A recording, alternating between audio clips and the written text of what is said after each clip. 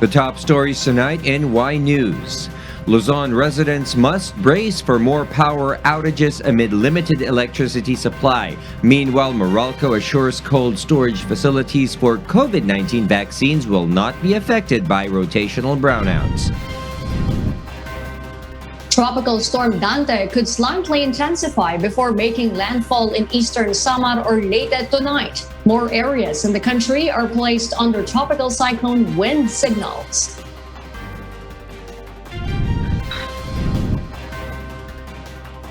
President Rodrigo Duterte is thinking over his nomination as a vice presidential bet of the PDP Laban in the 2022 national elections. A police officer might face murder charges after shooting a woman at point-blank range in Quezon City. The Philippine National Police narrowed its data sharing agreement with the Department of Justice. And the World Health Organization renames COVID-19 variants using Greek letters. Good evening, Philippines and the world. We are now reporting live from Centris, Quezon City. Today is Tuesday, June 1st, 2021. I am William Theo. Join us in the next hour as we deliver today's top stories around the country and in other parts of the world. I'm Angelo Castro III. We are also seen in 1,935 satellite monitoring centers nationwide and via live streaming worldwide through the UNTV News and Rescue social media accounts and our website, untvweb.com. I am Herlene Delgado. First in the news, parts of Luzon may still experience power interruptions until next week, according to the National Grid Corporation of the Philippines. Asher Cadapan Jr. tells us why live. Yes, Asher, good evening. Go ahead. Good evening, Will. Unscheduled maintenance of power plants connected in the Luzon grid resulted to the deficit in the supply of electricity across the region. According to the National Grid Corporation of the Philippines, or NGCP, the concerned power plants experienced problems in their operation. Here are the NGCP officials. May nakita tayong halos 5 planta na nag-offline ng biglaan at meron tayong nakikita ring additional na 5 planta na nag-derate o bumaba yung kanilang production than previously committed. We would expect yung nawalang mga malaking planta could come in by 8. They could normalize at 8, so June 8. Pero depende rin yun kung maaayos nila yung problema sa plantalan. As the electricity supply becomes lower while the demand is higher as use of cooling equipment increases during summer, yellow and red alert status of Luzon grid were raised. Red alert status means that there is no more reserve for electricity supply and manual load dropping or rotating brownout is inevitable. The Manila Electric Company, or Meralco, have alerted their affected customers in Metro Manila as well as adjacent provinces through their social media account. Meralco, however, assures that the power interruption will only last for 2 hours in every affected areas. It's a 2-hour duration. Meron lang siyang konting respite 5 to 6 p.m. And then estimate na matatapos ito 10 in the evening. But if the actual demand will be lower than what is projected, then the situation may change. The Department of Energy, on the other hand, has already asked some establishments to lower their electricity consumption and use their generators instead to help with the deficit in its supply. The agency is also looking to implement a policy against unscheduled power plant outages. Isa sa pinakamahalagang component doon is pinagbabawalan natin ang mga planta, particularly yung mga conventional plant, na mag-conduct ng kanilang preventive maintenance schedule during these summer periods. Itong summer months lang natin, April, May, June, dapat walang magbe-maintain. And that's it on my end for tonight. Will. Yes, thank you, Asher Kadapan Jr., reporting live. Meanwhile, the Manila Electric Company, or Meralco, assures that cold storage facilities of COVID-19 vaccines in Luzon will not experience power outages. The government also ensures power backup in these facilities. Rosalie Claus reports. Rotational brownouts have been implemented since yesterday in several parts of Luzon and Metro Manila amid thin power supply. However, the Manila Electric Company, or Meralco, said vaccination centers as well as vaccine storage facilities will be exempted from power interruptions to protect the COVID-19 vaccines. Apart from this, storage facilities also have triple gensets in case of shortage of power supply. We already know the areas that are going to be vaccination centers, especially those that will house the vaccines. These are the storage facilities which require power 24/7. So we will exempt them based on what was agreed upon. According to Testing SAR, National Task Force Against COVID-19 Deputy Chief Implementer Secretary Vince Dizon, there were no reports yet on vaccine wastage due to brownouts yesterday. The official added that storage facilities and distribution centers are well equipped to protect the COVID-19 vaccines. Ang requirement sa ating mga LGUs at ating mga iba't ibang storage facility ay laging may backup power na kasama para payagan na mag-store sila ng mga bakuna. Yan po ay napaka-strictong requirement natin sa ating mga LGUs. Vaccine SAR and National Task Force Against COVID-19 Chief Implementer Secretary Carlito Galvez also said these facilities have undergone workshop and the government as well as the private sector have prepared for this kind of incidents. He added the vaccine storage and distribution facilities have more than one backup power supplies. May mga simulations tayo na ginagawa para at least ang ano po natin dyan ay talagang maprotection po natin. Lalo na po yung mga ultra cold chain system ng Pfizer, Moderna at saka po yung Gamaleya ay talaga pong dapat maprotektahan po yun. So ang ginagawa po natin may mga backup generator po ang main warehouses po natin. Rosalie Claus, UNTV News and Rescue. We serve the people, we give glory to God. Manila Water customers in several key cities in Metro Manila will face a 10-hour water service interruption starting at 11 p.m. on Wednesday, June 2 until 9 a.m. on Thursday, June 3. In an advisory, the water concessionaire said it is conducting maintenance operations specifically to cut and plug its old 500-millimeter main line along Ortigas Avenue near EDSA in Barangay Ugong Norte, Quezon City. The maintenance work is expected to affect a total of 110,355 households with about 500,000 population, as well as commercial and business establishments in across 39 barangays in Mandaluyong City, Pasig City,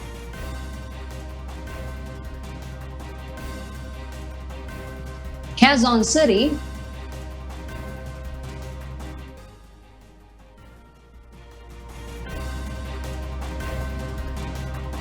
and San Juan City.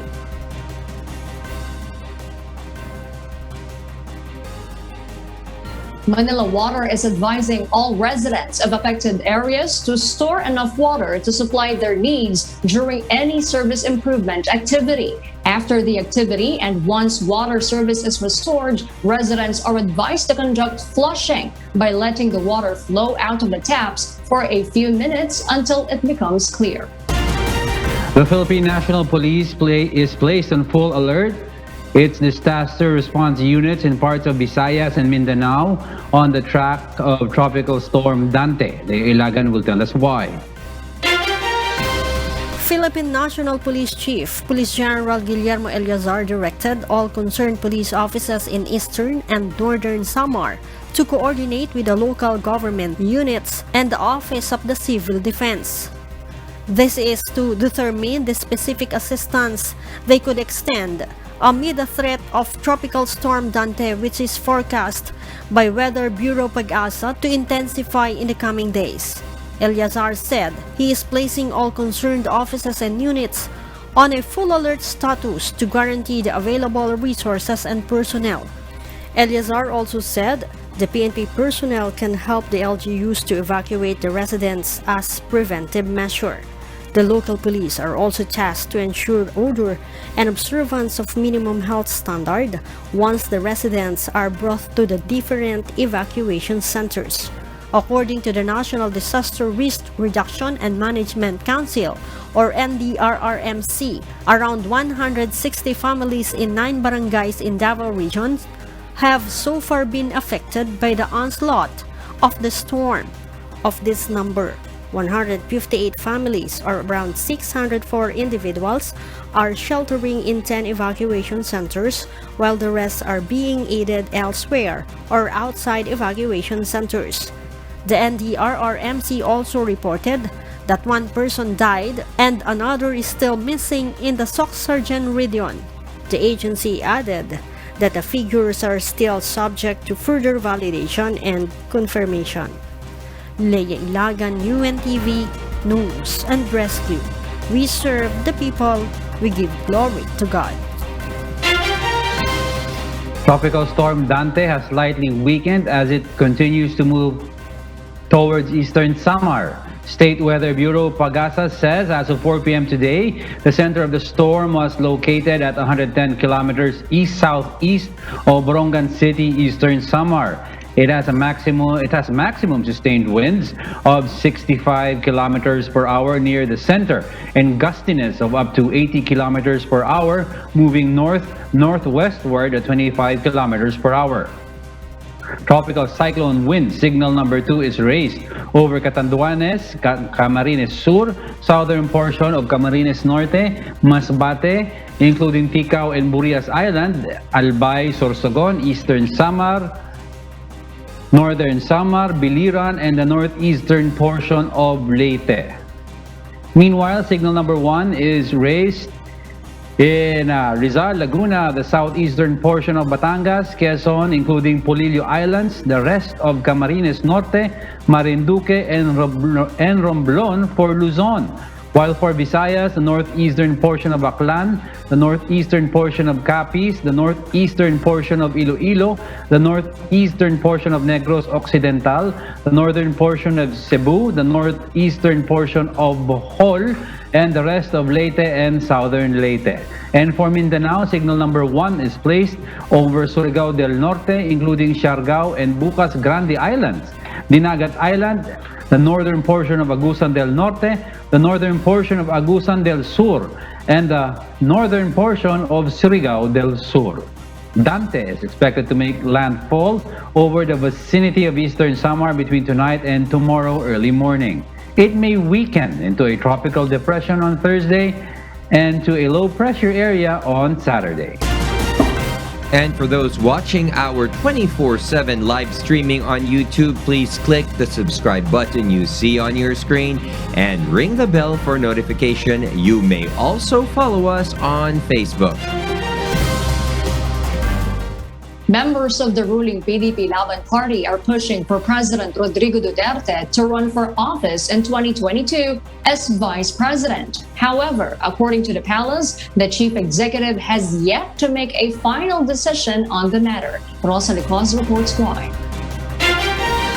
Malacanang stands firm that President Rodrigo Duterte has no plan to run for Vice President in the 2022 national elections. But after the National Council of his political party, Partido Demokratiko Pilipino, Lakas ng Bayan or PDP Laban approved a resolution encouraging him to run for the said position, the chief executive will ponder on it. The party also pushes the president to choose his running mate. On the one hand, sabi niya nakapagsilbi na siya sa bayan. On the other hand, ang sabi niya, iisipin niya kung anong pinakmabuti para sa bayan. Yun po ang kasagutan ng presidente. According to Renato Reyes, Secretary General of Bagong Alyansang Makabayan or Bayan, this means it is the plan of the Duterte administration to stay in power beyond 2022. But the palace refutes this. paano po magkakaroon ng plano? Wala pa pong desisyon ng presidente. Ang sinabi lang po niya, pag-iisipan niya dahil siya ay na-nominate. Hindi naman po pwede baliwalain yun. No? So dahil wala pa pong desisyon, patunay po yan na walang plano. Meanwhile, the president's former top aide and now Senator Christopher Bongo expressed disinterest in running after some also encouraged him to do so in the upcoming elections. Maraming salamat po sa inyong tiwala sa mga party mates ko kahit naman po hindi mga kapartido. Maraming salamat po sa inyong lahat, sa inyong tiwala. I am not interested po. Sa totoo lang po, kung pagod na pagod ang Pangulo, ako rin po, doble po ang aking pagod. Pagod na rin po ako sa trabaho namin. Pero kayo po ang nagbibigay lakas loob sa amin na makapag-serbisyo pa po para malampasan natin. Rosa Licoz, UNTV News and Rescue. We serve the people, we give glory to God. A PDP Laban official believes that the recent rift between two party officials was just a simple misunderstanding which can be resolved through a meeting between the top two leaders of the party, President Rodrigo Duterte and Senator Manny Pacquiao. This report explains why. PDP Laban Executive Director Ron Monsayak maintains that there is no faction in the ruling party.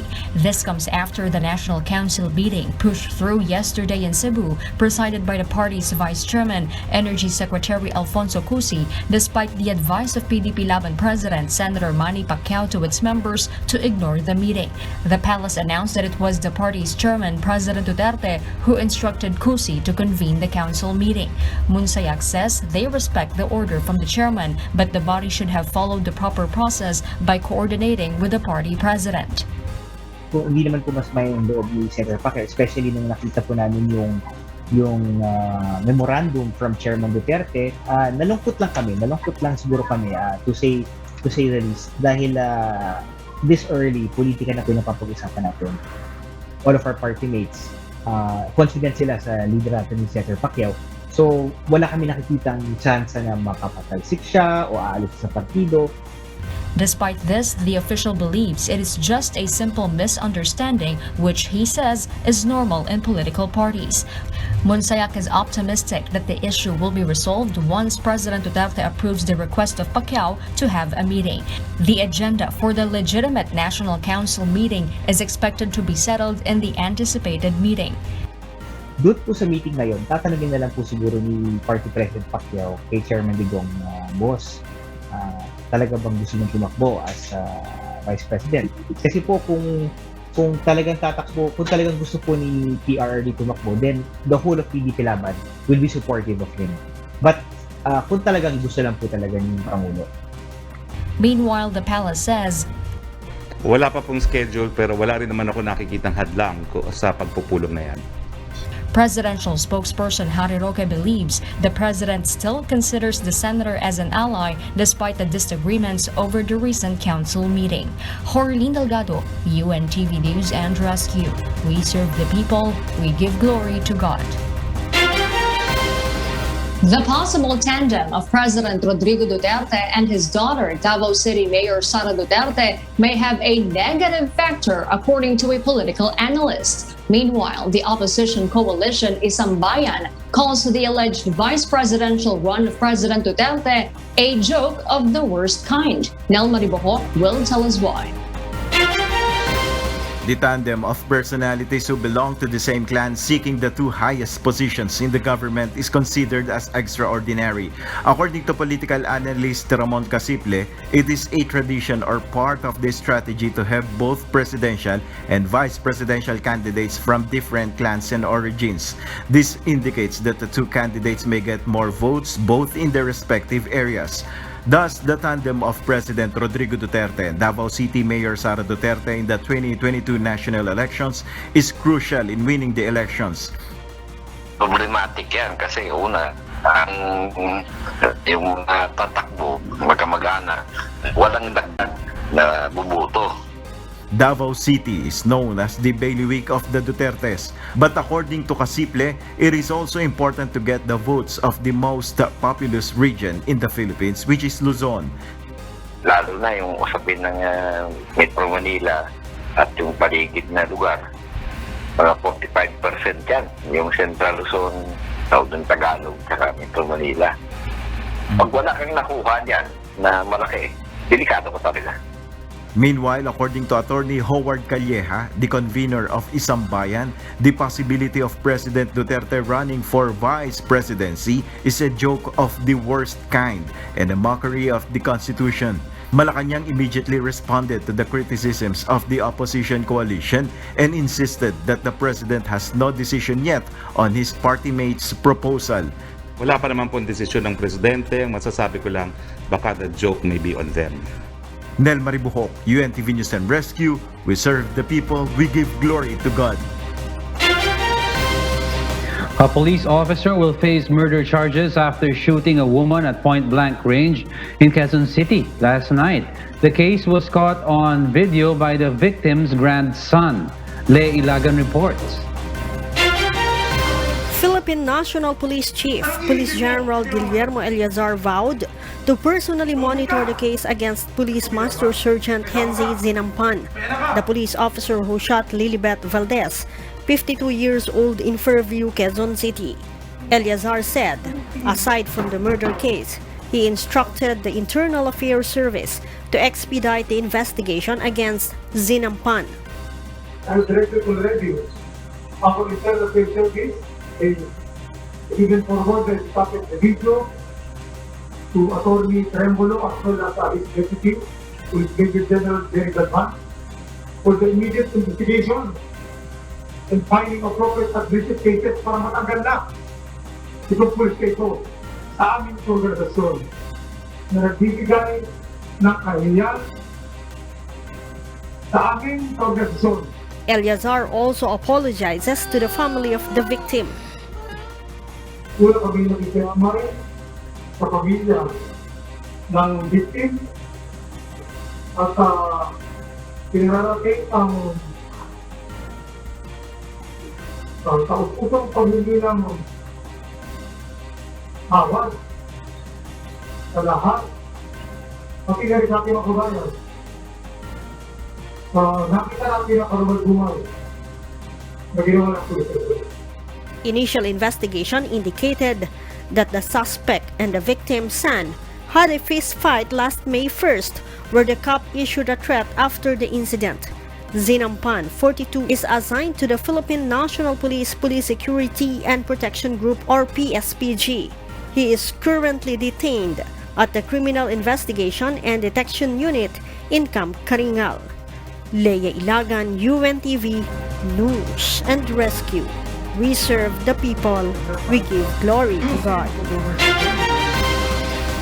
Unidentified gunmen attacked former Camarines Sur Representative Rolando Andaya Jr.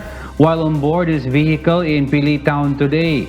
In a statement, the Police Regional Office 5, or PRO, said the incident occurred around 5:45 a.m. along Maharlika Highway in Barangay Palestina. Initial investigation showed the suspects on board a motorcycle shot at Andaya's vehicle before fleeing the scene. 2 fired cartridges of caliber .45 were recovered from the area. The former lawmaker was unhurt in the incident, police said. PRO 5 Police Chief Brigadier General Jonel Estomo said he has ordered an investigation into the shooting incident. A special provincial investigation team was also created to help identify the suspects. Estomo said additional police units were deployed in the area to monitor and prevent similar accidents. The Philippine National Police will now limit the access of the Department of Justice in its drug war records. Dante Amento tells us why live. Dante? Diego, Philippine National Police Chief General Guillermo Eleazar clarifies that not all records of the anti-illegal drug cases would be allowed for full access, particularly by the Justice Department. It will be limited only for cases which are already resolved or the investigation were completed. Eleazar stresses that they are not hiding something. Well, as long as hindi na ongoing investigation namin, as long as na-resolve na namin yun, so whether ang findings is nagkaroon ng suspension o dismissal or na-exonerate yung mga ito, Ako, personally, wala pa akong nakikita problema doon kasi ang DOJ naman is the one asking of it, and then siya naman yung alter ego ng ating presidente na nagsabi na dapat ma-review itong case na ito. Bakit namin tatago yun? Out of more than 7,000 cases of drug suspects killed, the PNP has to transmit only 53 cases subject for review by DOJ. These cases allegedly have found lapses among PNP operatives. President Rodrigo Duterte last night said that law enforcement agencies will not allow all records to be released due to the issue of national security concern.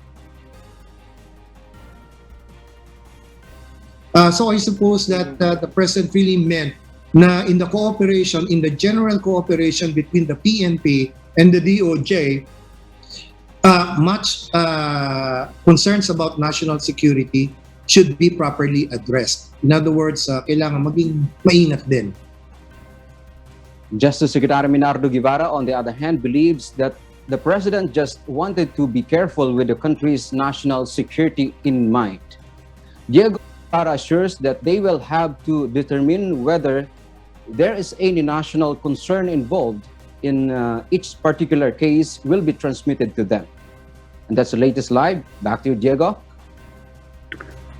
Thank you, Dante Amento, reporting live from Quezon City.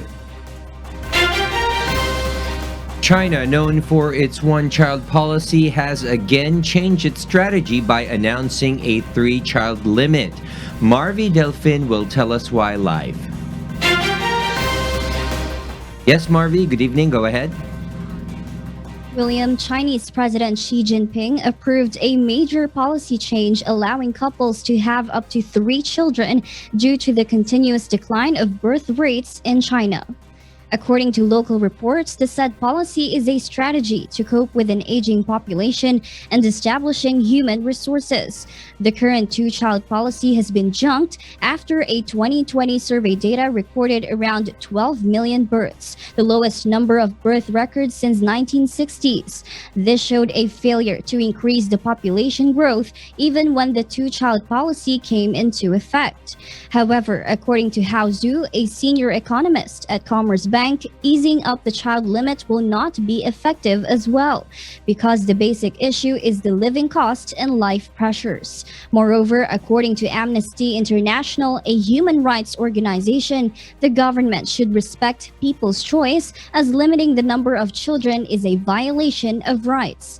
Meanwhile, mainland China has administered over 600 million shots of COVID-19 vaccine across the country. Back to you, William. Yes, thank you, Marvy Delfin, reporting live from Perth, Australia. Meanwhile, directors and senior executives from different companies in Hong Kong can apply for consent exempting them from strict quarantine procedure. Early Briones reports why. Securities and Future Commissioner SFC allowed executives from 500 Hong Kong companies to apply for authorization to travel into or out of the city without following quarantine protocols. To be eligible for quarantine exemption, applicants must have a copy of their identification card, travel documents, and evidence that they have completed the vaccination opposed to COVID-19. This is also required for companies in the financial industry such as banking and insurance. Anyone granted the exemption is allowed to attend only activities listed in the itinerary supplied to authorities and has to self-isolate otherwise. Those found guilty of disobeying the restriction, on the other hand, will face a 6-month offense and a 5,000 Hong Kong dollar fine and be detained for 3 weeks in the quarantine facility. Governments have relied on companies and organizations to promote vaccination. However, some medical professionals suggest that social restrictions and quarantine policies should be maintained since this practice implemented more than a year ago in the hope of preventing of COVID-19 outbreak. Early Briones, UNTV News and Rescue, we serve the people, we give glory to God.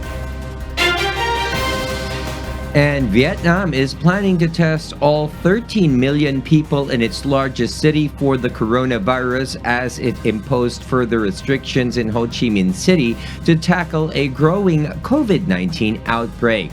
Nina Bascon reports. Although Vietnam has had relative success in managing the virus, a new cluster linked to a religious mission has emerged. Over the past weeks, case numbers have risen with warning from officials of a discovery of a new very dangerous hybrid variant in the country. The new variant is easily transmissible by air and combines characteristics of variants first found in the UK and in India. There have been 7,000 infections and 47 deaths registered overall in the country, but more than half of the total cases have been due to the latest spike. At least 125 positive cases have been centered around a Christian mission following the latest outbreak in Ho Chi Minh City, accounting for almost all the city's infections. Those that live near the cluster have been tested and locked down. Officials now plan to test the entire population of Ho Chi Minh City, comprised of 13 million people. Testing would take more than 4 months to complete at a testing rate of 100,000 per day. In an attempt to limit the spread of COVID-19, social distancing measures have also been implemented for 15 days, starting May 31st. Everything has been effectively closed, including shops and restaurants, with no religious activities to take place. Gatherings of more than 10 people in public have been prohibited. Pressure has been placed on the government to increase vaccination to counter the re-emergence of the virus. Only 1% of the population, or 1 million people, have at least received one dose of the vaccine so far. Mina Bascon, UNTV News and Rescue. We serve the people, we give glory to God. India is considering dropping the second dose of the AstraZeneca vaccine, as well as using 2 types of vaccines. Maeve Yandog will tell us why live. Yes, Maeve, good evening. Go ahead. William, investigative studies will soon be conducted to see if the locally manufactured AstraZeneca vaccine named Covishield by the Serum Institute of India will provide enough protection against COVID-19 after a single dose instead of the usual 2-dose regimen. The government has already approved for this month an extension of the recommended 6 to 8 weeks gap between the 2 doses, extending it up to 12 to 16 weeks in order to stretch out the remaining supplies of the injections. An app called Cohen will be used to investigate any adverse events individuals will flag after getting their first dose. The government also aims to mix and match 2 different vaccines after trials in other countries, including Spain, show encouraging results. Studies will reportedly be completed in less than 3 months and will then be considered to further support the country's vaccine shortage. William? Yes, thank you, Maeve Yandog, reporting live from Kingaroy, Queensland, Australia. San Juan City converted 2 cinemas as vaccination sites in preparation for the anticipated vaccination of A4 priority group. Nevertheless, health workers, senior citizens, and persons with comorbidities that are catching up for vaccination could still be accommodated. Marvin Callas reports. About 1,500 individuals per day can be accommodated at a theater mall in Green Hills, San Juan City for vaccination.